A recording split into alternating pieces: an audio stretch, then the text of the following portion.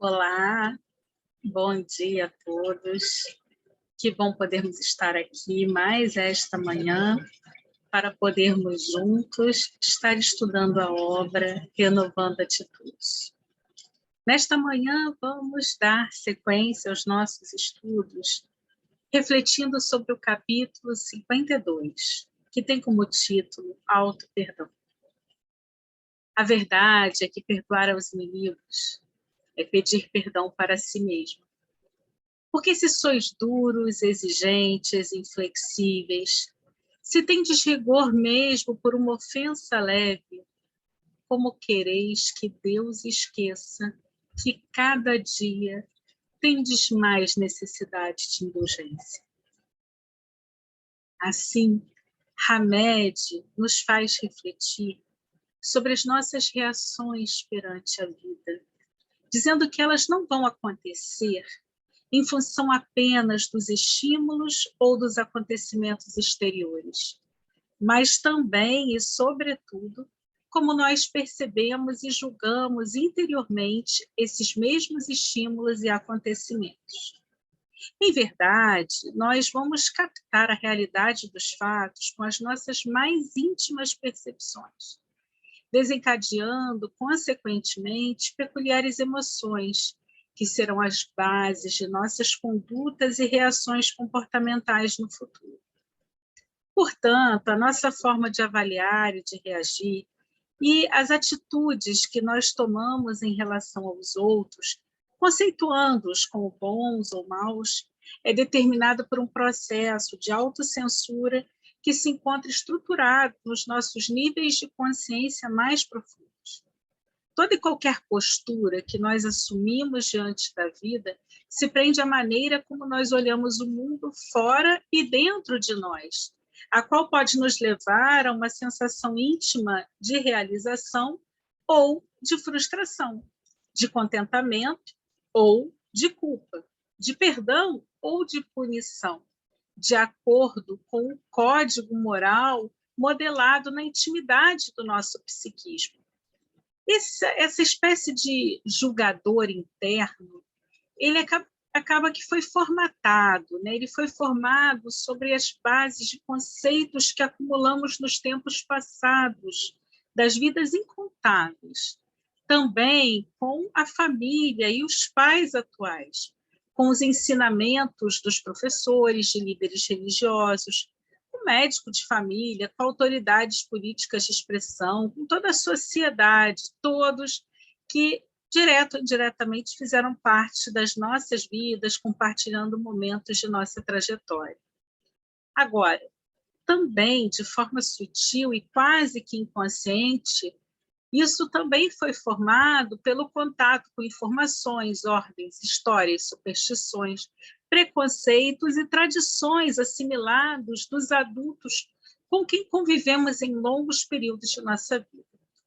A verdade é que essa espécie de julgador interno que todos nós trazemos nem sempre, né, nos apresenta uma realidade ou uma verdade que condiz com a realidade perfeita das coisas.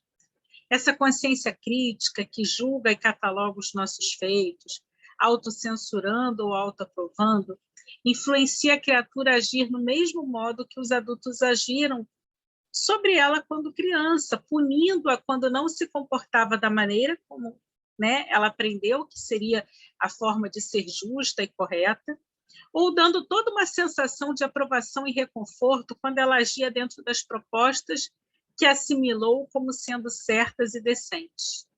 A gênese do não perdão a si mesmo está baseada no tipo de informações e mensagens que acumulamos através das diversas fases de evolução de nossa existência de almas imortais. Podemos experimentar culpa e condenação, perdão e liberdade de acordo com os nossos valores, nossas crenças, normas e regras, podendo variar de indivíduo para indivíduo, conforme país, sexo, raça, classe social, formação familiar e fé religiosa. Nós entendemos, então, que para atingir o auto-perdão, é necessário que reexaminemos as nossas convicções profundas sobre a natureza do nosso próprio ser, estudando as leis da vida superior, bem como as raízes da educação que recebemos na infância, nesta existência. Uma das grandes fontes de autoagressão vem da busca apressada pela perfeição absoluta, como se todos nós devêssemos ser deuses ou deusas de um momento para outro. Aliás, a exigência de perfeição é considerada a pior inimiga da criatura, pois a leva a uma constante hostilidade sobre si mesma, exigindo-lhe capacidades e habilidades as quais ela ainda não possui. Se padrões muito severos de censura foram estabelecidos por pais perfeccionistas à criança, ou se lhe foi imposto um senso de justiça que, assim, implacável entre regulamentos disciplinadores e rígidos, provavelmente ela se tornará um adulto bastante inflexível e irredutível para com os outros e consigo mesmo. Quando sempre esperamos perfeição em tudo e confrontamos o lado inadequado da nossa natureza humana, nós acabamos nos sentindo diminuídos e envolvidos por uma espécie de aura de fracasso. Não ter consciência das nossas limitações é como se admitíssemos que os outros e nós mesmos devêssemos ser oniscientes, todo-poderosos, verdadeiros deuses. Afirmam as pessoas: eu me recrimino porque eu fui tão ingênuo naquela situação. Eu tenho raiva de mim mesmo, eu não podia ter feito aquilo, né? Eu não podia ter feito. Meu Deus, eu não tenho raiva, não vou me perdoar. Por que eu fiz isso? Eu acreditei em determinada pessoa, em determinada mudança, em determinada coisa. Frases como esta são maneiras de expressarmos nossa culpa e o não perdão a nós mesmos. São exigências desmedidas atribuídas às pessoas perfeccionistas. Os viciados em perfeição, eles acham que podem fazer tudo sempre melhor. Portanto, eles rejeitam quase tudo que os outros fazem ou fizeram. Eles não aceitam as suas próprias limitações e não enxergam a perfeição e o potencial que existe dentro deles mesmos, perdendo assim a oportunidade de crescerem, né, e de se desenvolverem de forma gradativa e constante, que é a técnica das leis do universo. A desestima a nós próprios vai nascer quando nós não nos aceitamos como somos. Somente a autoaceitação nos leva a sentir plena segurança ante os fatos e ocorrências do cotidiano, ainda que os indivíduos ao nosso redor não entendam as nossas melhores intenções. O perdão, gente, concede paz de espírito, mas essa concessão nos escapará da alma se estivermos presos ao desejo de dirigir os passos de alguém, não respeitando o seu propósito de viver. Nós devemos compreender que cada um de nós está cumprindo um destino que é único e que as atividades e os modos das outras pessoas vão se ajustar somente a elas mesmas. Estabelecer padrões de comportamento e modelos idealizados para os nossos semelhantes é até mesmo uma espécie de desrespeito e incompreensão ante o mecanismo da evolução espiritual. Admitir e aceitar os outros como eles são nos permite que eles nos admitam e nos aceitem como nós somos.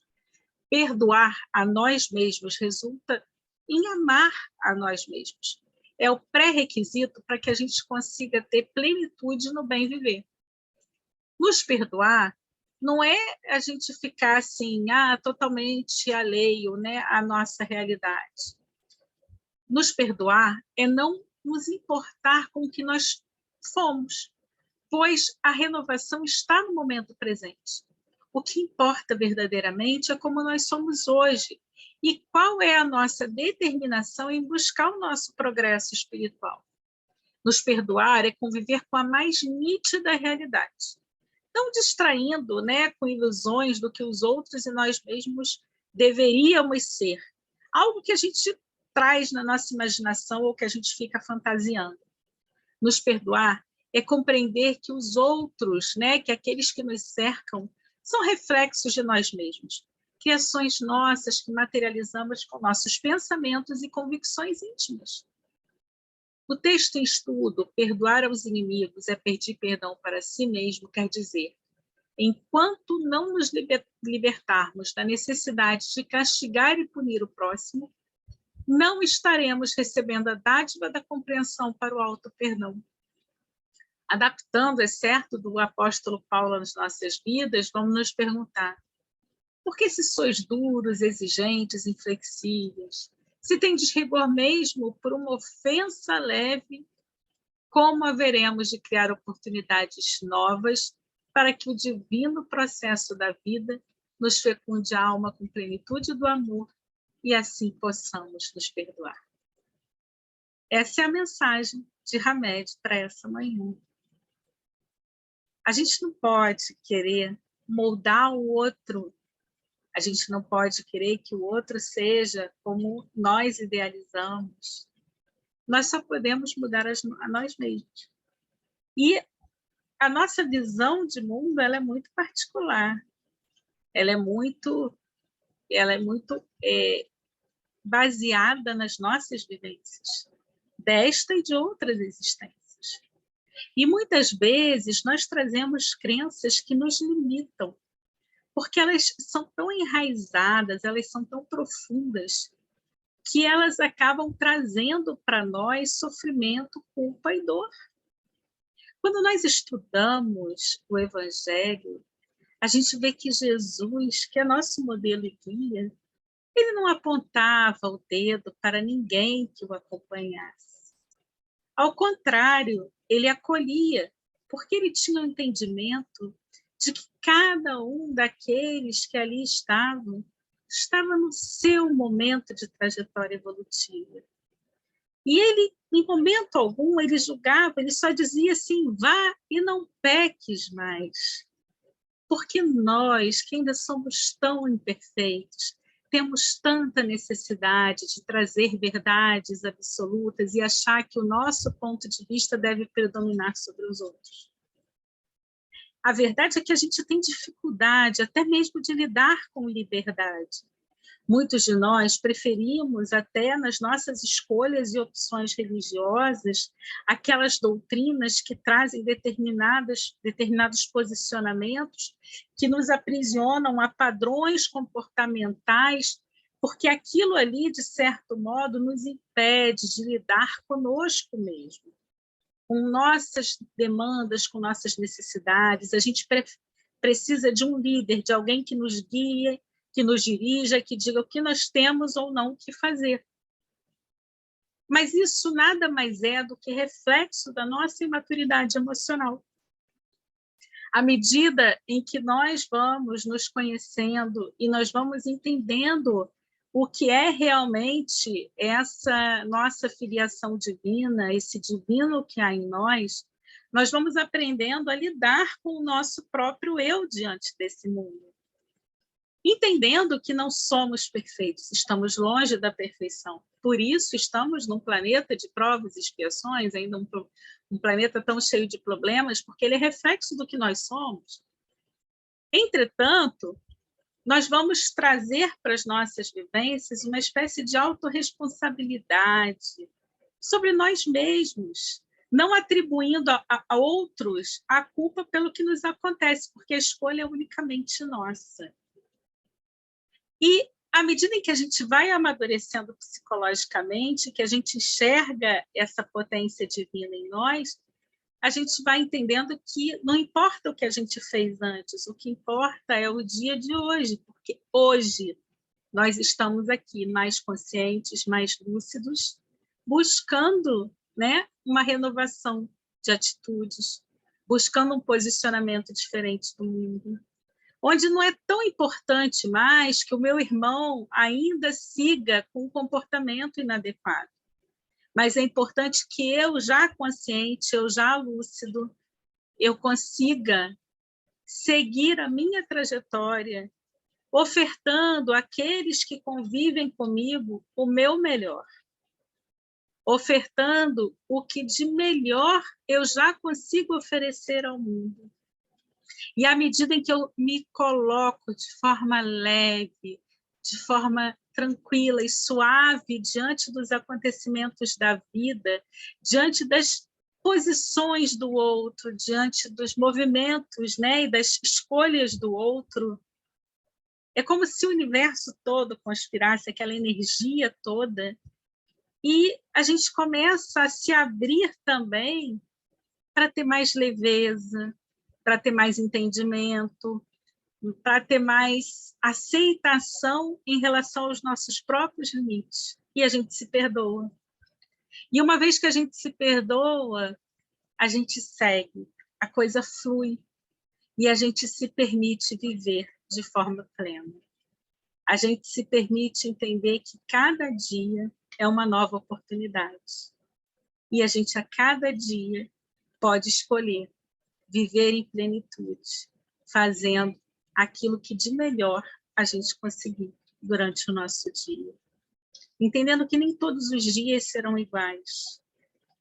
Há dias em que nós estaremos mais desanimados, e que as situações do cotidiano irão nos afetar um pouco mais. Mas ainda assim, estaremos conscientes daquilo que nos afeta, daquilo que nos aflige. E buscaremos mecanismos de regulação para que possamos trazer novamente equilíbrio, paz, harmonia e serenidade para as nossas existências. E assim vamos seguindo, aprendendo a cada dia, de forma leve, de forma suave e de forma plena. Porque os desafios da vida estão aí para todos nós. Mas como nós iremos enfrentar esses desafios, a escolha é unicamente nossa. Nós podemos simplesmente parar e ficar nos culpando, remoendo determinadas coisas do passado, lamentando, jogando a culpa para aqueles, né, que conviveram conosco. Ou a gente pode olhar com clareza, com lucidez e dizer, olha, essa é a minha história. Que bom, aprendi um monte de coisa. De repente, até eu aprendi como não devo me comportar diante do outro. Mas o que importa é o que eu tenho hoje. E não importa o que ficou para trás, o que importa é o que eu posso fazer. Então é aquilo, se a vida te der limões, que você faça uma doce e muito saborosa limonada. Que a gente possa seguir na certeza de que nós não estamos sozinhos, de que todos nós estamos em processo. E que ficar se culpando, ficar trazendo mágoas e ressentimentos, só vai nos fazer mal. Que é preciso respeitar ao outro e a si próprio. Muita paz. Que Deus nos abençoe. Uma semana maravilhosa para todos. Eu espero vocês aqui na próxima terça-feira para continuarmos o nosso estudo da obra Renovando Atitudes de Hamed.